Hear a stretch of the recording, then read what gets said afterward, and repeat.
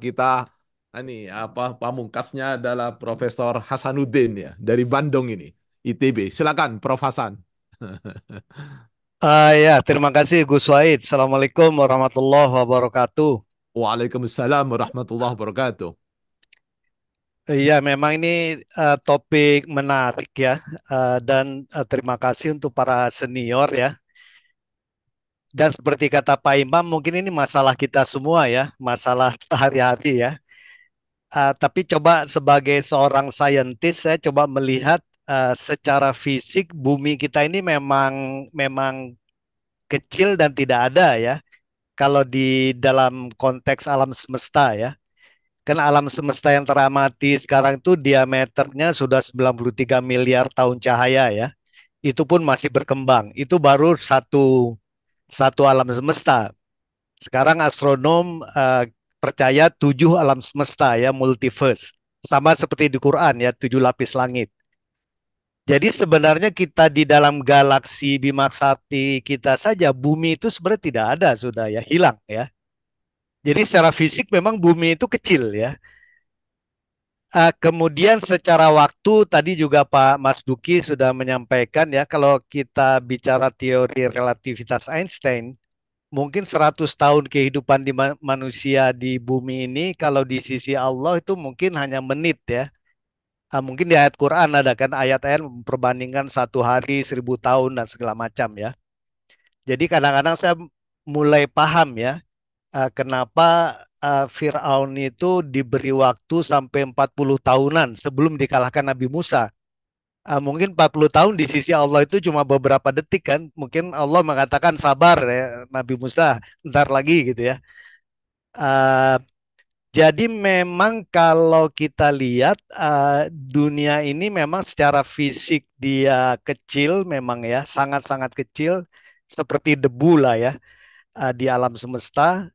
Secara waktu juga sebenarnya kita hidup di bumi ini seperti Kanjeng Nabi Shallallahu Alaihi Wasallam mengatakan hanya mampir saja ya.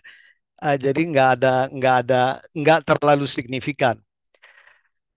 Tetapi saya juga berpikir kalau seluruh umat Islam meninggalkan dunia, lantas yang jadi khalifah di dunia itu siapa gitu ya? Kenapa Nabi Adam diturunkan ke dunia? Memang ceritanya ya kita tahu semua, tapi tentunya Gusti Allah punya skenario bahwa manusia itu menjadi khalifatullah ya, penegak kebenaran, keadilan. Tetapi kalau semua orang meninggalkan dunia kan jadi repot nantinya ya. Yang ngurus dunia nanti orang-orang yang katakanlah bukan Islam ya. Kalau saya patokan saya dan kita semua lah Kanjeng Nabi ya Shallallahu Alaihi Wasallam ya. Eh, Kanjeng Rasul Shallallahu Alaihi Wasallam ini punya kesempatan untuk mendapatkan dunia kan. Karena pampasan perang itu kan ghanimah boleh kan untuk Rasul. Tapi beliau dapat harta rampasan segala macam dibagikan. Kalau beliau ingin macam-macam pasti bisa lah ya. Tetapi kenapa Rasulullah Shallallahu Alaihi Wasallam memang tidak memilih dunia ya? Nah ini yang menarik. Kalau saya, kesimpulan saya, kenapa Rasulullah itu mengutamakan akhirat? Karena beliau itu punya ilmu dan paham bahwa akhirat itu jauh lebih baik ya. Karena Kanjeng Nabi Shallallahu Alaihi Wasallam pernah Isra Mi'raj kan, pernah ke surga, pernah melihat neraka dan segala macam. Jadi beliau sudah tahu, mindsetnya sudah paham. Orang itu kan biasanya ingin sesuatu karena tidak tahu kan. Jadi kalau menurut saya memang umat Islam itu mungkin tadi seperti Pak Siroji ya, umat Islam ini pengetahuannya, ilmunya itu harus di-upgrade terus. Bahkan seperti Pak Kiai Muhaimin katakan, mungkin sampai ke level tasawuf, paham hal-hal yang sifatnya laduni, sehingga dunia itu tidak menjadi sesuatu yang menarik ya, dan tidak dikejar-kejar ya. Tetapi justru kalau seperti Kanjeng Nabi dapat dunia justru digunakan untuk membantu orang ya, tapi itu tidak untuk beliau sendiri. Nah, ini yang memang sulit ya. Misalnya saya pernah punya kesulitan menjelaskan apa itu kereta api untuk orang-orang yang nggak pernah lihat kereta api di Papua, misalnya di Lembah Balim. Kereta api itu apa? Nah, sulit sekali menjelaskan karena orang-orang di sana belum pernah lihat kereta api. Nah, saya pikir manusia pun sangat sulit kalau dijelaskan surga karena tidak pernah melihat surga. Tapi Kanjeng Nabi Shallallahu Alaihi Wasallam pernah ke surga, pernah ke neraka. Jadi beliau paham langsung. Dan begitu paham ilmu, hakul yakin, beliau sudah dunia tidak tertarik lagi. Nah, mungkin kita ini masih tertarik harta, tahta, wanita karena kita memang tidak bisa membayangkan kebesaran alam semesta, tidak bisa membayangkan keindahan surga dan apa ya, dahsyatnya neraka ya. Tapi sekarang kalau kita bisa ke sana, bisa membayangkan dan segala macam, mungkin kita dunia itu udah kita tinggalkan bahkan ya. Eh, ini menarik. Seperti saya pernah katakan, saya pernah tahu seorang rekan begitu dapat jabatan tinggi, dia sujud syukur. 5 tahun kemudian saya nengok dia di Sukamiskin di Bandung. Saya tanya ke dia, kalau misalnya Gusti Allah memperkenankan kamu kembali 5 tahun sebelumnya, jabatan itu kamu terima apa enggak? Dia bilang kalau saya tahu ujungnya seperti ini, saya tolak. Jadi dia menerima karena dia tidak punya ilmunya bahwa kemungkinan dia akan ke sana ya. Nah ini memang kelemahan manusia ya. Oleh sebab itu ya kita semua tahu agar kita tidak kejeblos ya Gusti Allah sudah menurunkan Rasul, Quran, segala macam ya, ayat-ayat kauniyah dan segala macam ya kita tinggal ngikuti saja ya. Jadi kalau menurut saya memang pendidikan penting ya.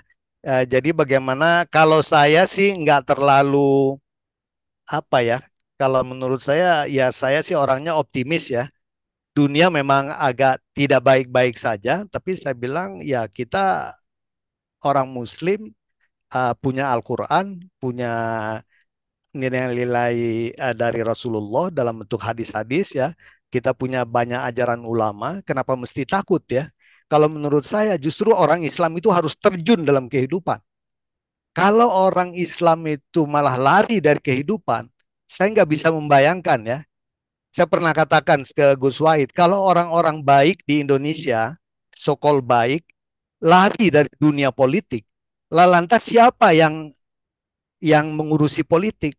Politik itu ya mengatur hajat hidup orang banyak, pendidikan segala macam, ekonomi segala. Nah kalau orang-orang baik lari semua dari so-called dunia, kan repot.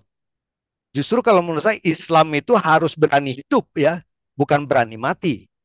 Harus berani berjuang menegakkan nilai-nilai keislaman di dalam dunia yang memang tidak baik-baik saja. Dari zaman Nabi Nuh sampai Nabi Muhammad kan kita tahu manusia selalu jatuh ke dalam fitnah dunia. Tetapi harus ada orang-orang yang memang terjun berusaha membela, menolong ya. Ya Nabi, Rasul dan para pengikutnya, Hawariyin dan segala macam ya. Jadi kalau menurut saya kita harus ngambil posisi itu kalau zaman modern. Jangan lari dari dunia. Kalau orang-orang yang baik lari dari dunia, kalau menurut saya uh, itu uh, agak sedikit dalam tanda petik, agak sedikit pengecut ya. Justru kita dapat amanah dari Allah sebagai khalifatullah, kita diberi Al-Quran, diberi hadis dan segala macam, terjun ya. Nah, seperti saya katakan memang agar kita tidak terbawa fitnah dunia harus saling ya uhuwa Islamiyah itu ya. Seperti jamaah tabligh itu kan kuat sekali uhuwa Islamiyahnya. Nah, ini uhuwa Islamiyah ini yang kurang menurut saya di Indonesia pun harusnya dibangun ya. Saya walau alam lah, para senior pasti lebih banyak tahu ya. Tapi kalau saya punya optimisme bahwa memang umat Islam itu sudah diberi cukup senjata untuk terjun ke dunia ya, memperbaiki dunia sebagai khalifatullah ya. Ya memang saling bahu membahu dan ya kita jaga akhlak, jaga adab ya. Tapi jangan lari gitu ya. Kalau lari dari dunia, nanti dunia siapa yang ngurus? Itu pendapat saya, Mas Wahid dan para senior, para kiai. Mohon maaf Luar kalau biasa. ada yang tidak berkenan ya. Masya Allah. Mudah-mudahan ada baiknya lah ya. Walau alam bisawab. Wassalamualaikum warahmatullahi wabarakatuh. Waalaikumsalam warahmatullahi wabarakatuh. Luar biasa. Masya Allah.